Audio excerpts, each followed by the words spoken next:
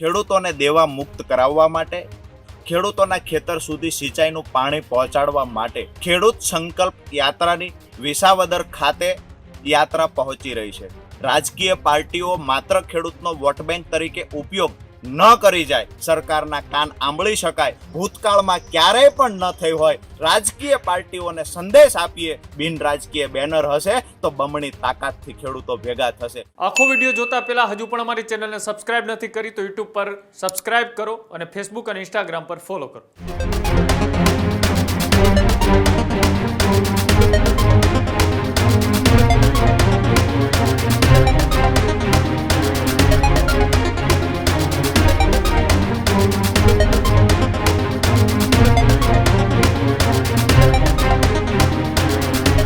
વિસાવદર ખાતે આજે રાજુ કરપડાની કિસાન સંકલ્પ યાત્રા છે ત્યારે પહોંચી છે.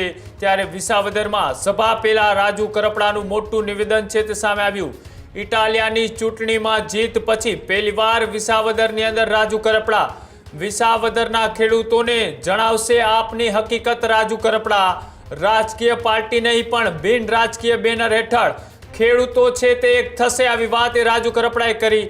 ખેડૂતોના પડતર પ્રશ્નો અને દેવા મુક્તિ કરવા માટે આ યાત્રા છે તે કાઢી હોવાની વાત રાજુ કરપડાએ કરી. ખેડૂતોની લડાઈને મજબૂત બનાવવા સાથે રહી આવી વાત કરવામાં આવી. ગુજરાતનું બિન રાજકીય ખેડૂત સંગઠન બનાવી અને આખા ગુજરાતમાં ખેડૂતોના પ્રશ્નને લઈને લડત આપવાની વાત પણ રાજુ કરપડાએ કરી.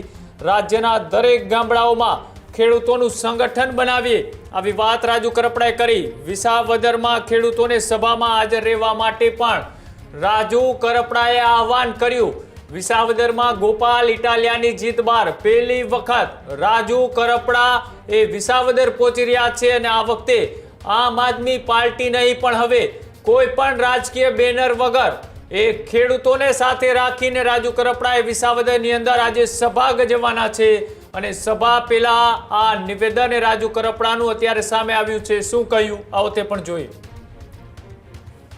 નમસ્કાર સાથીઓ, જય કિસાન. હું તમારો રાજુ કરપડા. ખેડૂતોના પડતર પ્રશ્નના નિરાકરણ માટે, ખેડૂતોને દેવા મુક્ત કરાવવા માટે, ખેડૂતોના ખેતર સુધી સિંચાઈનું પાણી પહોંચાડવા માટે બિન રાજકીય રીતે ખેડૂત સંકલ્પ યાત્રાની તુલસી શ્યામથી શરૂઆત કરી. તુલસી શ્યામથી તમામ ગામડાઓ શહેરોમાંથી પસાર થઈને અનેક ખેડૂતોને સંબોધિત કરી અને ખેડૂત યાત્રા આજે 3 વાગે એટલે કે તારીખ 21/3/2026 બપોરે 3 કલાકે વિસાવદર ખાતે યાત્રા પહોંચી રહી છે. ત્યારે વિસાવદર, ભેસાણ, જુનાગઢ ગ્રામ્ય, મેંદરડા, બગસરા, ધારી, અમરેલી સુધીના અને આમ જુનાગઢ સુધીના તમામ ખેડૂત ભાઈઓને વિનંતી કરું છું કે આપણા ખેડૂતોની લડાઈને મજબૂત બનાવવા માટે, મજબૂત ખેડૂત સંગઠન બનાવવા માટે આવો આપણે સૌ સાથે મળી અને એક પ્રયાસ કરીએ. રાજકીય પાર્ટીઓ માત્ર ખેડૂતનો વોટ બેંક તરીકે ઉપયોગ ન કરી જાય, આપણા બાળકોને વારસાઈમાં દેણું ન આપવું પડે એટલા માટે એક જ્યારે ગુજરાતમાં નવી શરૂઆત થઈ છે, બિન રાજકીય રીતે મજબૂત સંગઠન બનાવી બિન રાજકીય રીતે પણ સરકારના કાન આંબળી શકાય એના માટેથી એક જે શરૂઆત થઈ છે, તો આ શરૂઆતમાં આપ સૌ સહભાગી બનો અને આવનાર સમયમાં દરેક ગામડા સુધી આપણું ખેડૂત સંગઠન મજબૂતાઈથી વ્યાપ વધતો જાય એ જવાબદારીના ભાગરૂપે આજે અમારો ઉત્સાહ વધારવા માટે વિસાવદર ખાતે જ્યારે ખેડૂત સંકલ્પ યાત્રા પહોંચી રહી છે ત્યારે વિસાવદરના તમામ નાગરિકોને વિનંતી કરું છું, તમામ પશુપાલકો હોય, ખેડૂત હોય, તમામ સમાજના લોકોને વિનંતી કરીએ છીએ કે વિસાવદર ખાતે હોટલ સાયોનાની સામે બપોરે 3 કલાકે હું આવી રહ્યો છું. મારી સાથે અનેક ખેડૂતો આવી રહ્યા છે. તમે પણ આ સભામાં ઉપસ્થિત થાવ અને બિન રાજકીય રીતે ભૂતકાળમાં ક્યારેય પણ ન થઈ હોય એવડી ખેડૂત સભાનું આયોજન આપણે સૌ સાથે મળી અને વિસાવદરમાં કરીએ. ફરી એક વખત રાજકીય પાર્ટીઓને સંદેશ આપીએ કે માત્ર રાજકીય પાર્ટીના બેનર નીચે ખેડૂતો ભેગા થાય આવું નથી.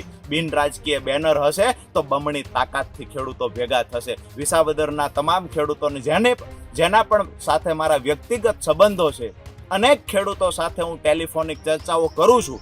આજે હું તમામને ફોન કરી શકું એવી સ્થિતિમાં નથી, સમયનો અભાવ છે. વિડીયોના માધ્યમથી આપ સૌને, મારા વડીલો, ભાઈઓ, માતાઓ, બહેનો તમામને વિનંતી કરું છું કે આવો સૌ મોટી સંખ્યામાં સભામાં ઉપસ્થિત રહીએ અને આપણી જે આવનાર ભવિષ્યની લડાઈ છે આ લડાઈને મજબૂત બનાવીએ. આભાર. જય કિસાન. આ જ પ્રકારની તમામ અપડેટ જોવા માટે ન્યૂઝરૂમ ગુજરાતને લાઇક, શેર અને સબસ્ક્રાઇબ કરવાનું ભૂલતા નહીં.